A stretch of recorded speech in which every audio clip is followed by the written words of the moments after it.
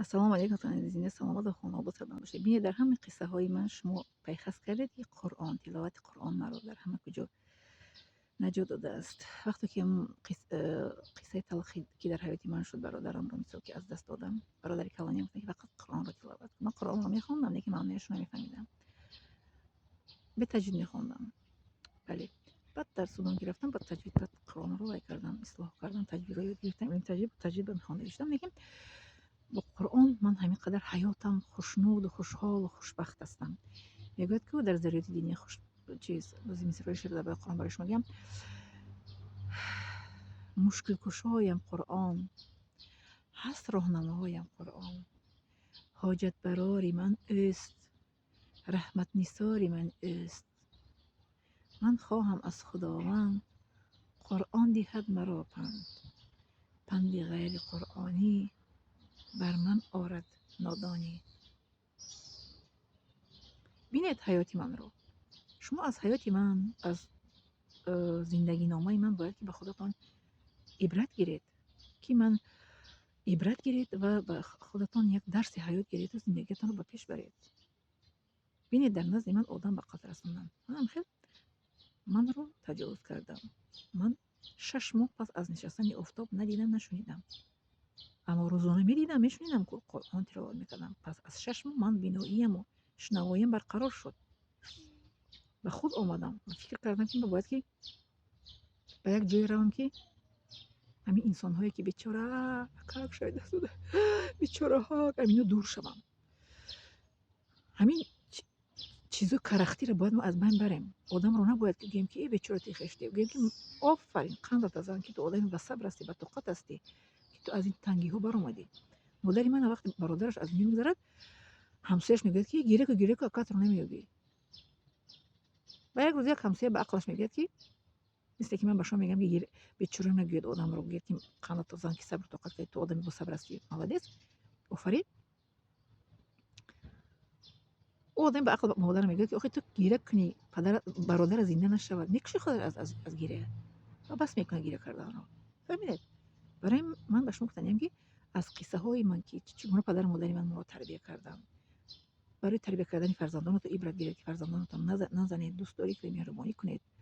چگونه ما رو پدر و مادرم با 10 سالگی در خانه یکی همون واقعه شد، ما رو چگونه همچون گهواره که چشم نگاه داشتن نرنجانیدن و سخنی پس بلا نگفتن. شما همین کن در وقتی که شکست میشد یکم فرزندان خدا عرض نشد مثل نگاه بین کنید. من از شوهر اولم جدا شدم، 9 سال در خانه پدر و مادرم بیوه بودم. گفت تو ما رو نگفتن که تو چرا از شوهر بر اومدی، ما رو حتی نگفتن که تو باز شوهر کن، به زودی شما هم همین کن، عبرت گیرید، سنگ نزنید. یک کسی که میگه که من برای فرزندان نشدن جدا شدم از شوهر اولم.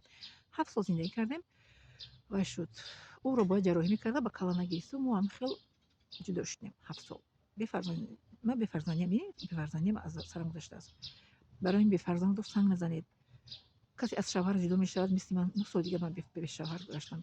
سنگ نزنید. پدر مادرم مرا دستگیری کردن، میدونستن که من تجاوز شده هستم، میدونستن که من به فرزند از شوهر آمدم، میدونستن که من و تنها آدمو که به شد پدر مادر ما رو دائم دلتنگ میکردن، دستگیر میکردن. شما همین گونه پدر مادر مهربون شوید، عبرت گیرید از حیات پدر مادری من، از حیات عائله من، که ما چگونه برادران من تا حاضر مرا نامم رو شکسته نمیگیرن. جنهای من مرا خواجه جان میگوین، خشتواران مرا فیروزه خان میگن، شاگردان مرا معلمه جان میگن.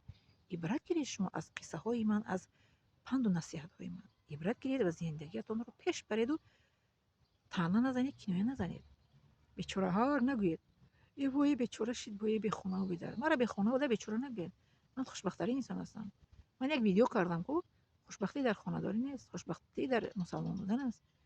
خوشبختی این در مادر همتی من میگفت که آدم بی خونه را خانه‌اش میباشد، آدمی خانه‌دار فقط خانه خودش خانه‌اش میباشد. به خونه رو کجا که روید اجاره میگیره میشینه، خلاص صاحب خانه پول همه چیز میتر شو تمام، پول میتر تمام میشینه. آدمی خانه‌دار در فکر است که ای چیکار کنم، کمونالی باید ای باید که ریمون کنیم، ای خیلی کنیم، اون تا کنیم مشکل. برای همین میگفتن رحمت مادرم که به خانه رو هم خانه شد، این خانه رو فقط خانه خودش خانه هست میباشد.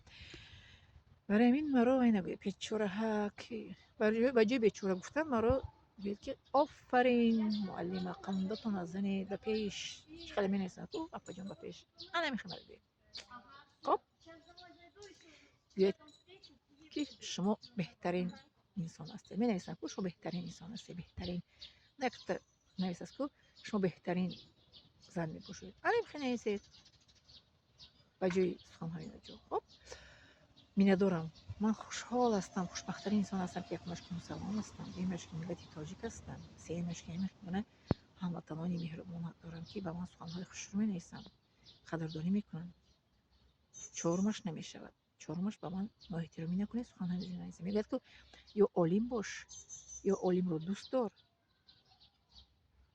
نه یا که عالم باش یا که علمجو باش عالم باش یا که دانشجو باش علمجوی باش یا که عالم رو دوست دار چهارمش نباش که هلاک خواهی شد همین آدم یا که باید عالم باشد یا که دانشجو باشد در جستجوی علم باشد یا که عالم رو دوست دارد علم رو دوست دارد چهارمش نباشد که از اینها دور باشد از جمله اینها نباشد این گونه و من در همین کامنتاری من مرا فقط خوب گوید احترام کنید دلتیگ کنید سنگ نزنید شما عالمان رو دوست دارید احترام کنید و علمجو باشید چهارمش نباشید چهارمش کی است حسدبر بخیل سخنچین سخنهای قبیل گفتگی چهارمش نباشد که هلاک خواهید شد این رو یک عالم بزرگ گفته است بله